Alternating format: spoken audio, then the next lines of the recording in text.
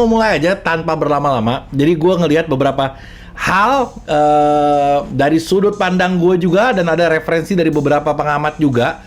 Yang mana bagi gue, pertama gue bahas Sintayong dulu ya.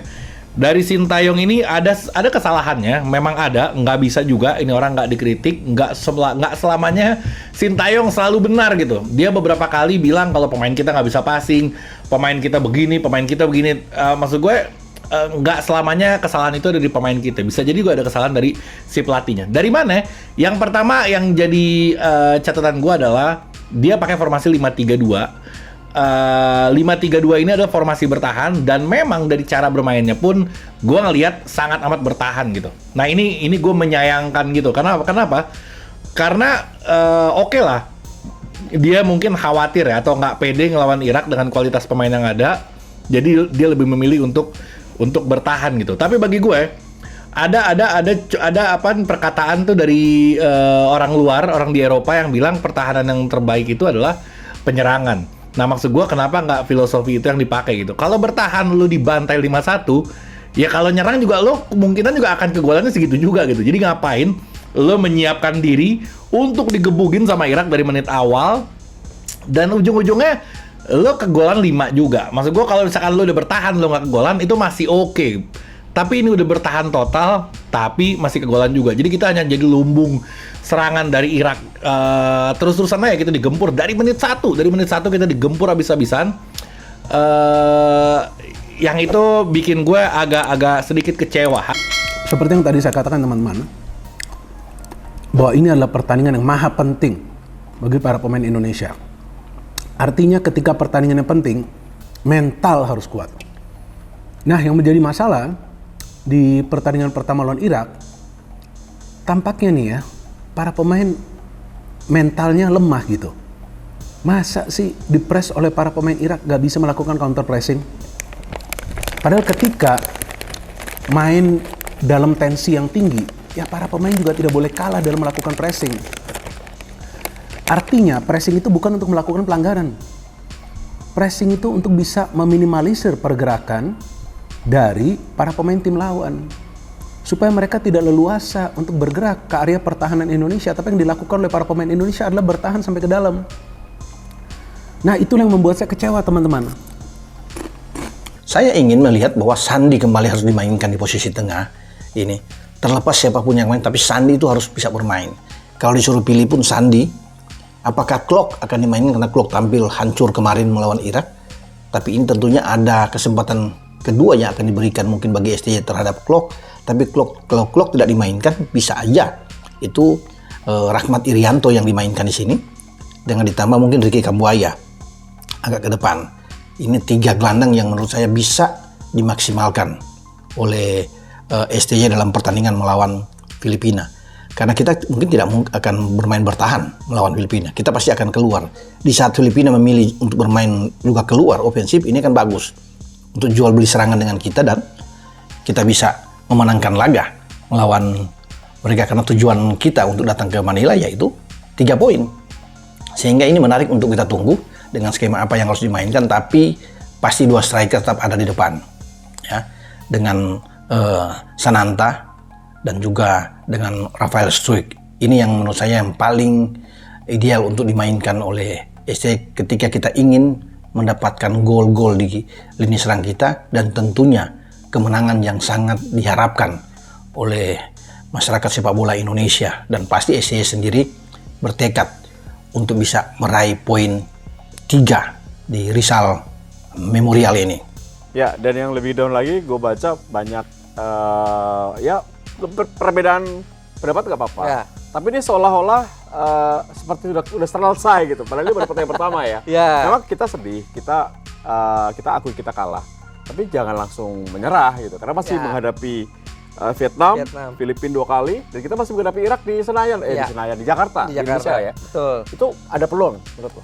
Kalau gue pikir walaupun kemarin kita kalah dengan skor telak ya 1-5, gue tetap yakin kok ini tim bakal lolos ke putaran 3. Sebagai runner up. Oke lah kita kalah 2 kali lawan Irak ya. Kalaupun nggak bisa seri ya, oke lah kita realistis lagi. Anggap aja kalah. Yang terburuk dua-duanya kalah menghadapi Irak home and away. Tapi menghadapi Vietnam dan Filipina, gue yakin kita dapat. Home and away. Home and away. Oke. Kenapa gue bilang gitu? Mungkin kalau di home-nya bisa jadi seri ya kalau lawan Vietnam. Di away. Di away-nya, Ya. di away-nya lawan Vietnam mungkin bisa jadi seri. Tapi gue masih optimistis bisa menang. Menghadapi Filipina, insya Allah menang. Timnas Indonesia menguatkan mental. Ini dilakukan demi menang atas Filipina di kualifikasi Piala Dunia 2026 zona Asia. Mental Timnas Indonesia sempat jatuh.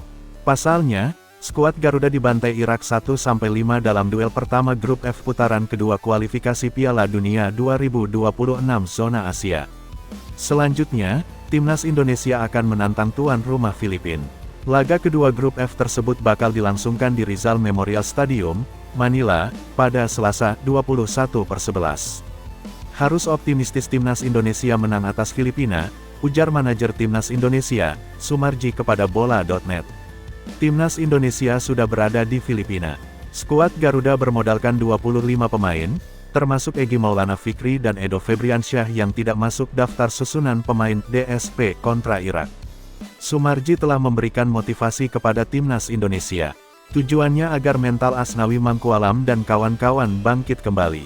Makanya, mentalnya kami kuatkan.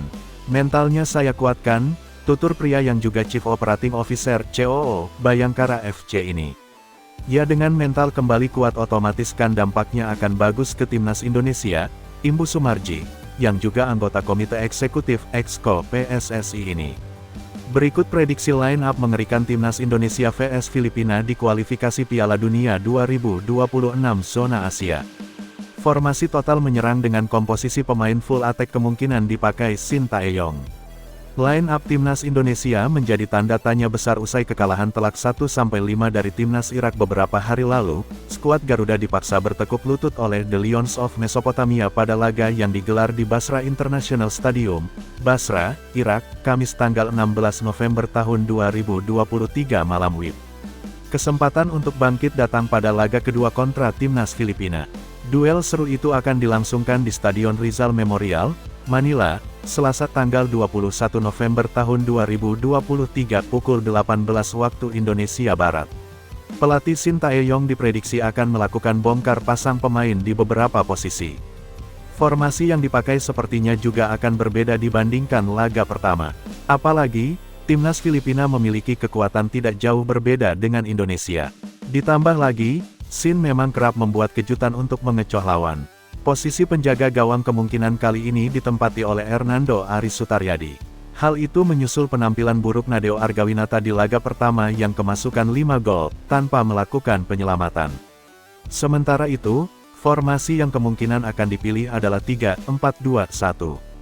Trio pemain belakang mungkin akan ditempati oleh Sandy Walsh, Jordi Amat, dan Elkan Bagot. Perubahan mungkin dilakukan di lini tengah.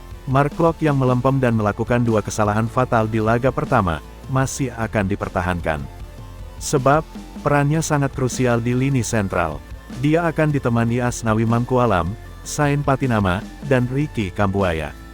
Lini depan dipastikan berubah setelah Dimas Derajat kondisinya meragukan Rafael Struijk yang diajak ke konferensi pers sebelum pertandingan pada Senin tanggal 20 November tahun 2023, hampir pasti jadi starter.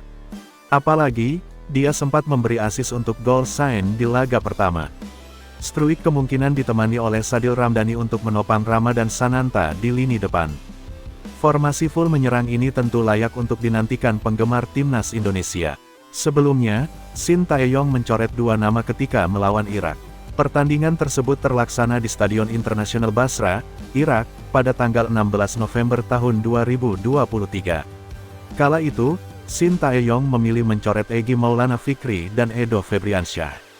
Nova Arianto selaku asisten pelatih Timnas Indonesia menjelaskan bahwa pencoretan Egy dan Edo murni untuk mematuhi regulasi dan bukan karena sang pemain berhalangan. Jadi Egy Maulana Fikri dan Edo Febriansyah tidak bisa bermain karena kami hanya boleh mendaftarkan 23 pemain saja sesuai regulasi. Bukan cedera kok, kata Nova Arianto kepada bolasport.com, Jumat tanggal 17 November tahun 2023. Sementara itu, Timnas Indonesia bakal melawan Filipina pada tanggal 21 November tahun 2023. Pertandingan nantinya terlaksana di Stadion Rizal Memorial, Manila, Filipina. Sintayong hanya perlu mencoret satu pemain pada laga ini. Pasalnya, satu pemain Timnas Indonesia dipastikan tak bisa bermain melawan Filipina. Pemain tersebut adalah Dimas Drajat. Sumarji menjelaskan bahwa Dimas Drajat saat ini sedang menderita cedera engkel. Sementara ada beberapa pemain yang tidak bisa bermain, salah satunya Dimas Drajat dikarenakan ada cedera engkel saat melawan Irak kemarin. Dan saat sekarang ini kami melakukan terapi supaya nanti kembali ke klubnya sudah bagus. Di sini juga kemarin langsung kita lakukan MRI di Filipina supaya kita tahu cederanya untuk lebih memudahkan Dimas terapinya memulihkan kesehatannya, ucap Sumarji. Lebih lanjut, pria yang menjabat sebagai Ketua Badan Tim Nasional, BTN, itu mengabarkan bahwa sejatinya ada satu pemain lagi yang kurang enak badan. Namun pemain tersebut diharapkan masih bisa tampil untuk melawan Filipina. Terus juga ada satu pemain yang kurang sehat karena mungkin cuaca, tapi alhamdulillah hari ini kelihatannya sudah cukup bagus.